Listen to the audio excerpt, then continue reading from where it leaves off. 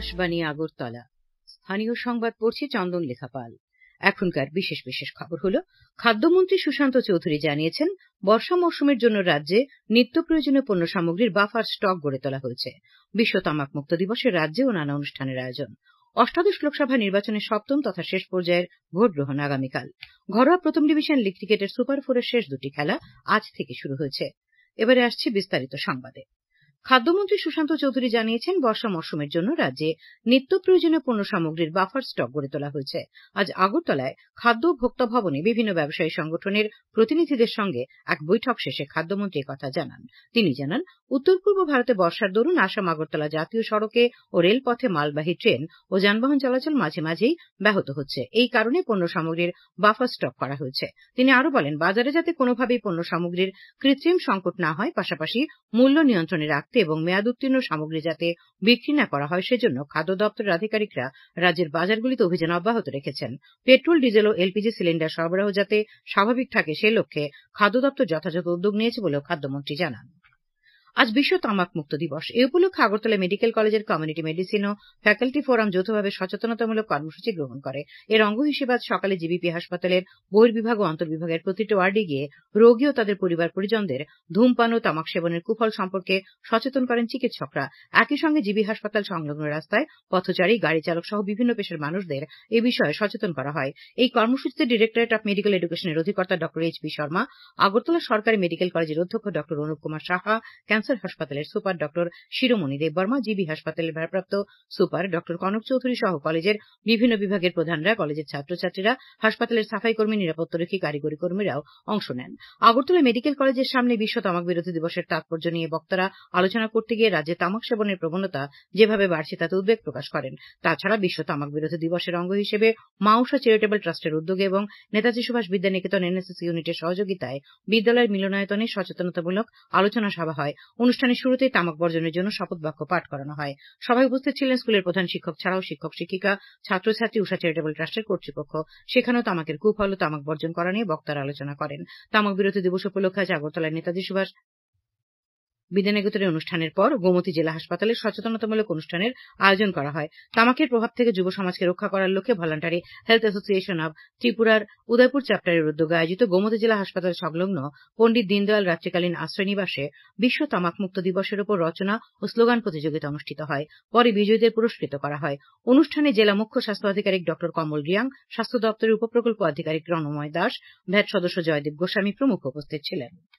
রাজ্যের তামাক সেবন হ্রাস করার লক্ষ্যে আজ আগরতলার মহিলা মহাবিদ্যালয়ের এনএসএস ইউনিটের উদ্যোগে আগরতলা শহরে সচেতনতামূলক কর্মসূচি পালিত হয়। এই উপলক্ষে এনএসএস এর স্বেচ্ছাসেবীরা পথ চলতি মানুষদের মধ্যে তামাকের ক্ষতিকর দিকগুলি নিয়ে লিফলেট বিতরণ করেন।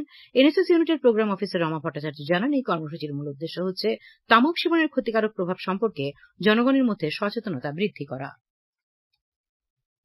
ঊনকোটি জেলা সদর কৈলাসহরেও আজ এই দিনটি উপলক্ষে নানা কর্মসূচি হয়। এই উপলক্ষে স্বাস্থ্য দপ্তরের উদ্যোগে ওবিফিট আদার্স সংস্থার সহযোগিতায় এক বর্ণময় শোভাযাত্রা কৈলাসহরের বিভিন্ন পথ পরিক্রমা করে।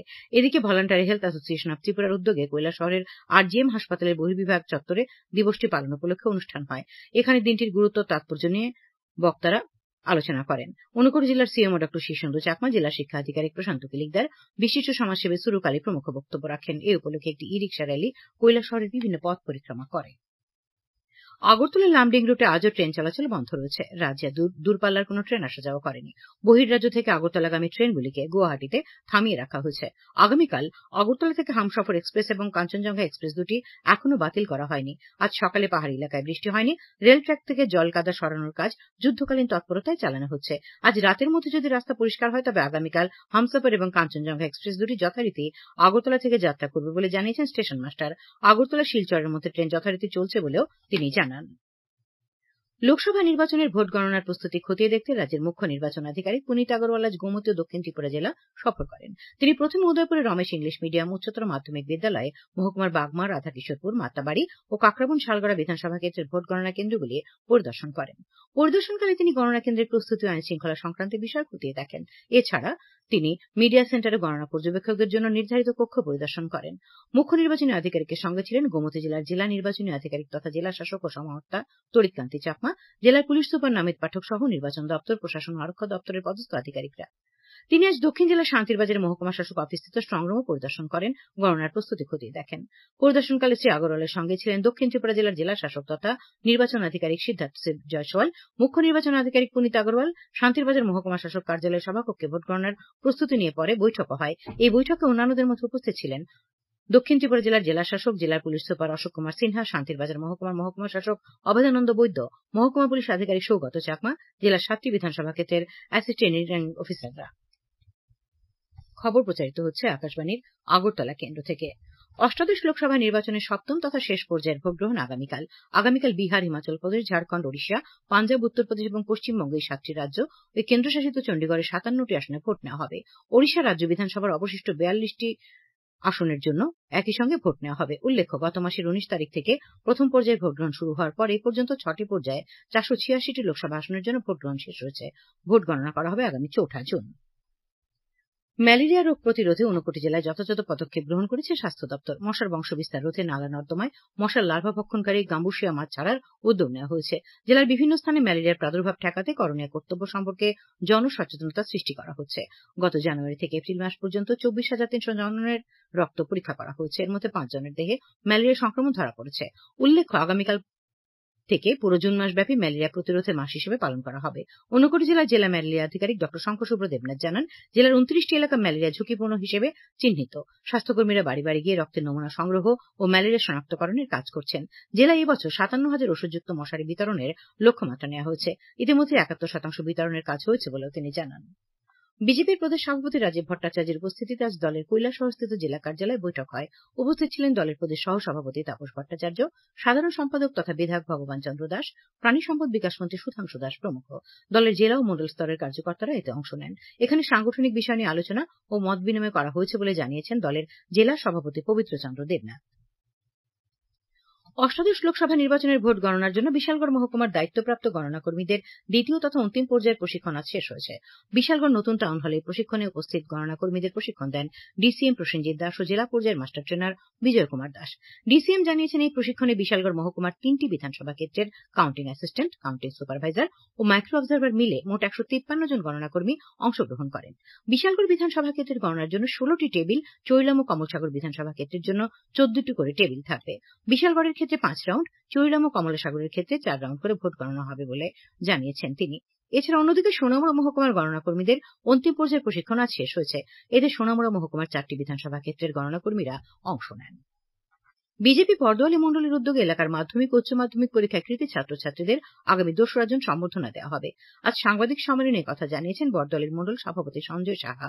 তিনি জানান, সম্বর্ধনা অনুষ্ঠানে মুখ্যমন্ত্রী অধ্যাপক ডক্টর মানিক শাহ এবং আগরতলা পুর নিগমের মেয়র দীপক মজুমদারের উপস্থিত থাকার কথা রয়েছে। সিপাহীজলা জেলার বিশ্রামগঞ্জ গ্রাম পঞ্চায়েতের মহিলা সাফাই কর্মী তথা স্বচ্ছতা সখীদের নিয়ে আজ এক মত বিনিময় সভা হয়। বিশ্রামগঞ্জ গ্রাম পঞ্চায়েত সংলগ্ন স্থানে আয়োজিত এই সভায় সিপাহীজলা জেলার অতিরিক্ত জেলা শাসক সুব্রত মজুমদার, চৈলাম ব্লকের বিডিও রিপন দাস প্রমুখ উপস্থিত ছিলেন। সভায় স্বচ্ছতা সখীদের বিভিন্ন সুবিধা অসুবিধা নিয়ে আলোচনা হয়। অতিরিক্ত জেলা শাসক জানিয়েছেন, আবর্জনা সংগ্রহের লোকবল কম থাকা সহ বেশ কিছু সমস্যার সামনে রয়েছে। আজকের সভায় আলোচনায় নেশামুক্ত রাজ্য গড়া ও বাল্যবিবাহ প্রতিরোধ নিয়েও আলোচনা করা হয়। সদর মহকুমা প্রশাসন আগরতলা পুর নিগমের উদ্যোগে আজ শহরের সিদ্ধি আশ্রম এলাকায় উচ্ছেদ অভিযান হয়। পুর কমিশনার শৈলেশ কুমার যাদব জানান, সিদ্ধি আশ্রম থেকে রেল স্টেশন এলাকায় রাস্তা প্রশস্ত করার লক্ষ্যে বেদখল সরকারি জমি উদ্ধারের জন্য এই অভিযান ছিল। অঙ্গনওয়াড়ি কর্মী ও হেল্পারদের গ্র্যাচুইটি প্রদান সহ 4 দফা দাবিতে আজ আগরতলায় সমাজ কল্যাণ ও সমাজ শিক্ষা দপ্তরে ডেপুটেশন দিয়েছে ত্রিপুরা অঙ্গনওয়াড়ি কর্মী সহায়ক অ্যাসোসিয়েশন। ডেপুটেশনের নেতৃত্ব দেন সংগঠনের রাজ্য সভানেত্রী মঞ্জুলা চক্রবর্তী। রাজস্থান, পাঞ্জাব, হরিয়ানা, চণ্ডীগড়, দিল্লি, উত্তরপ্রদেশ, বিহার এবং পূর্ব মধ্যপ্রদেশ, ওড়িশা, ঝাড়খণ্ডের বিস্তীর্ণ অঞ্চলে তীব্র তাপপ্রবাহ চলছে। তাছাড়া হিমাচল প্রদেশ, উত্তরাখণ্ড, বিদর্ভ, পশ্চিম মধ্যপ্রদেশ ও ছত্তিশগড়ে তাপপ্রবাহ চলছে। গত 24 ঘণ্টায় সারা দেশের মধ্যে সর্বোচ্চ তাপমাত্রা ছিল পশ্চিম রাজস্থানের গঙ্গানগরে 48.3 ডিগ্রি সেলসিয়াস। খেলার খবর। ঘরোয়া প্রথম ডিভিশন লীগ ক্রিকেটের সুপার 4-এর শেষ 2টি খেলা আজ থেকে শুরু হয়েছে। এমবিবি স্টেডিয়ামে অনুষ্ঠিত দুদিনের খেলায় কসমোপলিটন ক্লাবের বিরুদ্ধে প্রথমে ব্যাট করতে নেমে হারভে ক্লাব প্রথম ইনিংসে সবকটি উইকেট হারিয়ে 223 রান করে। দলের পক্ষে সৌরভ চাহানি 78 রান করে। কসমোপলিটনের শঙ্কর পাল 65 রানে 5টি উইকেট পায়। জবাবে কসমোপলিটন ক্লাব প্রথম ইনিংসে দিনের শেষে 3 উইকেট হারিয়ে 72 রান করে। এদিকে নরসিংগড়ের পিটিএ মাঠে দুদিনের অপর খেলায় পোলস্টার ক্লাবের বিরুদ্ধে প্রথম ইনিংসের লিড নিয়েছে চলমান সংঘ। প্রথমে ব্যাট করতে নেমে পোলস্টার ক্লাব প্রথম ইনিংসে সবকটি উইকেট হারিয়ে মাত্র 92 রান করে। জবাবে চলমান সংঘ প্রথম ইনিংসে দিনের শেষে 9 উইকেট হারিয়ে 199 রান করে। আবহাওয়া। আগামীকাল আকাশ সাধারণত মেঘাচ্ছন্ন থাকবে, 2-1 জায়গায় বজ্র বিদ্যুৎ সহ হালকা থেকে মাঝারি পর্যায়ে বৃষ্টির সম্ভাবনা রয়েছে। তাপমাত্রা সর্বোচ্চ 35 ডিগ্রি সেলসিয়াস এবং সর্বনিম্ন 27 ডিগ্রি সেলসিয়াসের কাছাকাছি থাকবে। আজ সর্বোচ্চ তাপমাত্রা ছিল 35.8 ডিগ্রি সেলসিয়াস এবং সর্বনিম্ন 26.2 ডিগ্রি সেলসিয়াস। শেষ করার আগে খবরের বিশেষ অংশগুলি আরেকবার। খাদ্যমন্ত্রী সুশান্ত চৌধুরী জানিয়েছেন, বর্ষা মৌসুমের জন্য রাজ্যে নিত্য প্রয়োজনীয় পণ্য সামগ্রীর বাফার স্টক রয়েছে। বিশ্ব তামাক মুক্ত দিবসে রাজ্যেও নানা অনুষ্ঠান। অষ্টাদশ লোকসভা নির্বাচনের 7ম পর্যায়ের ভোট গ্রহণ আগামীকাল। ঘরোয়া প্রথম ডিভিশন লীগ ক্রিকেটের সুপার 4-এর শেষ 2টি খেলা আজ শুরু হয়েছে। স্থানীয় সংবাদ আজকের মতো এখানেই শেষ হলো।